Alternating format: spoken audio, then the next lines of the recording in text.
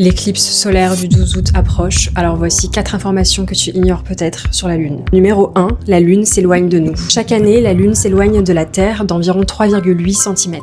Pourquoi? À cause des marées. La gravité de la Lune crée une légère bosse dans les océans. Et comme la Terre tourne autour d'elle-même plus vite que la Lune ne tourne autour d'elle, cette bosse entraîne la Lune vers l'avant et la pousse progressivement sur une orbite plus éloignée. Et on le sait parce que lors de la toute première mission sur la Lune en 1969, les astronautes ont installé un miroir sur le sol lunaire. Les scientifiques envoient des lasers dessus, et les lasers mettent un tout petit peu plus de temps à revenir chaque année. Et à ce rythme, dans environ 600 millions d'années, les éclipses totales solaires disparaîtront. Numéro 2, la Lune est née d'une catastrophe. Il y a 4,5 milliards d'années, un objet de la taille de Mars aurait percuté la Terre. Les débris de cette collision se seraient rassemblés pour former la Lune. C'est aujourd'hui la théorie la plus acceptée, notamment parce que les roches lunaires ont une composition très proche des roches qui sont situées dans le manteau terrestre. Numéro 3, sans la Lune, la Terre serait très différente. La Lune joue un rôle crucial, elle stabilise l'inclinaison de la Terre qui est à l'origine des saisons. Si cette inclinaison change trop, la quantité de soleil perçue par chaque région de la Terre change aussi. Et cela pourrait provoquer d'importants changements climatiques. C'est un peu comme une toupie. Tant qu'elle est stabilisée, elle tourne droit. Numéro 4. La NASA a annoncé que des astronautes devraient retourner sur la Lune en 2028